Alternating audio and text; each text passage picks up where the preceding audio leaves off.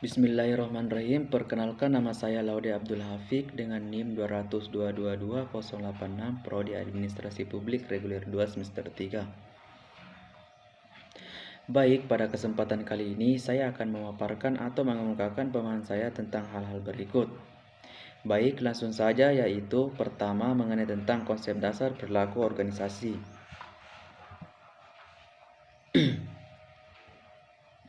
Perilaku organisasi merupakan pembelajaran tentang suatu sifat karakteristik individu yang tercipta di lingkungan suatu organisasi. Karena manusia berbeda-beda karakteristiknya, maka perilaku organisasi berguna untuk mengetahui sifat-sifat individu dalam berkinerja atau dalam bekerja dalam suatu organisasi. Selanjutnya yaitu faktor eksternal yang terdiri dari faktor politik,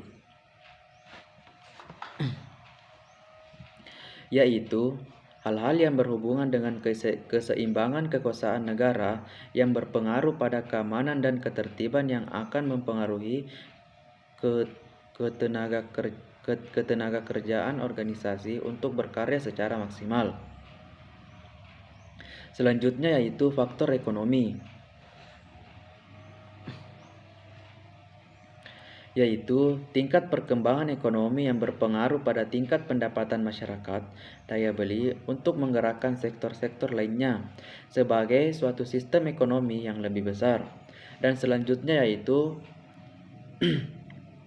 dalam faktor sosial, yaitu orientasi nilai yang berkembang di tengah masyarakat yang mempengaruhi pandangan mereka terhadap etos kerja yang dibutuhkan bagi peningkatan kinerja organisasi.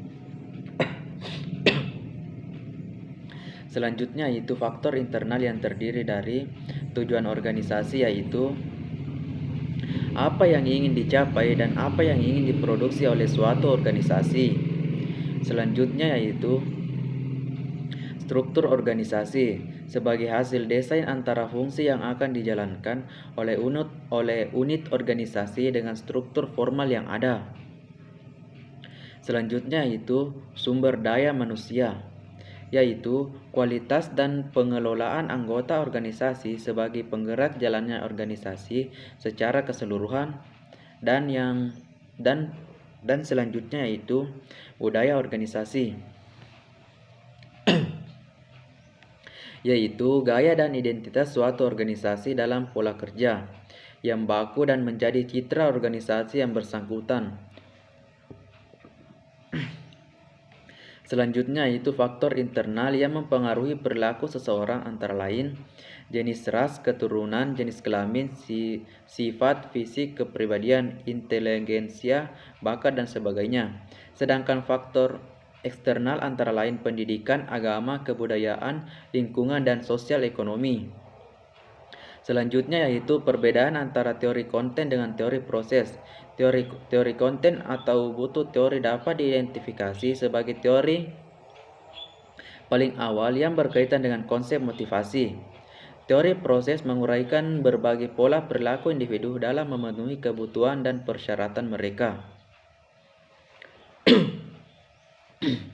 Ada 4 teori proses seperti reinforcement, expectancy, equity, dan goal setting.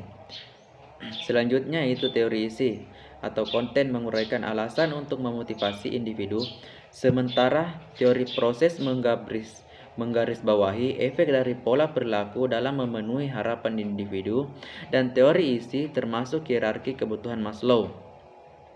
Teori 2 faktor Herzberg dan lain-lain, dan teori proses mencakup teori penguatan, harapan, keadilan, dan penentuan sasaran.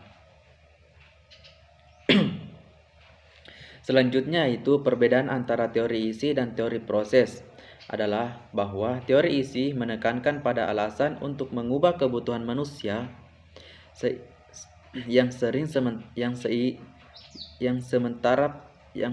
sementara proses psikologi yang mempengaruhi motivasi berkaitan dengan harapan, tujuan, dan persepsi ekuitas.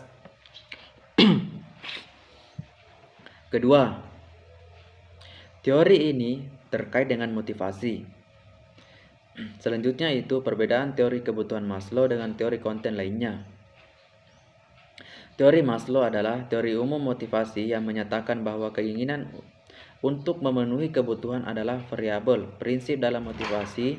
Sebaliknya, teori Herzberg tentang motivasi menggunakan ada beberapa variabel ada di tempat kerja yang menghasilkan kepuasan kerja atau ketidakkepuasan. Selanjutnya itu alasan seseorang termotivasi oleh tujuan yang sulit. Motivasi begitu penting mendorong seseorang melakukan sesuatu dengan sepenuh tenaga. Motivasi ini sangat penting mendukung Anda menciptakan ide yang bagus dan strategi saat bekerja. Motivasi bisa timbul dari diri sendiri dan juga terpengaruh dorongan orang lain. Selanjutnya itu teori penetapan tujuan, mengatakan bahwa tujuan yang spesifik akan meningkatkan kinerja dan tujuan yang sulit ketika diterima menghasilkan kinerja yang lebih tinggi daripada mengerjakan pekerjaan yang lebih mudah. Atau penetapan tujuan adalah proses menentukan tujuan. Mungkin hanya itu pemahaman dari saya. Lebih dan kurangnya mohon dimaafkan. Billahi fisabilil haq. Fastabiqul khairat. Wassalamualaikum warahmatullahi wabarakatuh.